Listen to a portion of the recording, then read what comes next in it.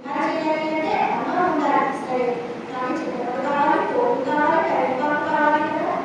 అలాగే ఇక్కడ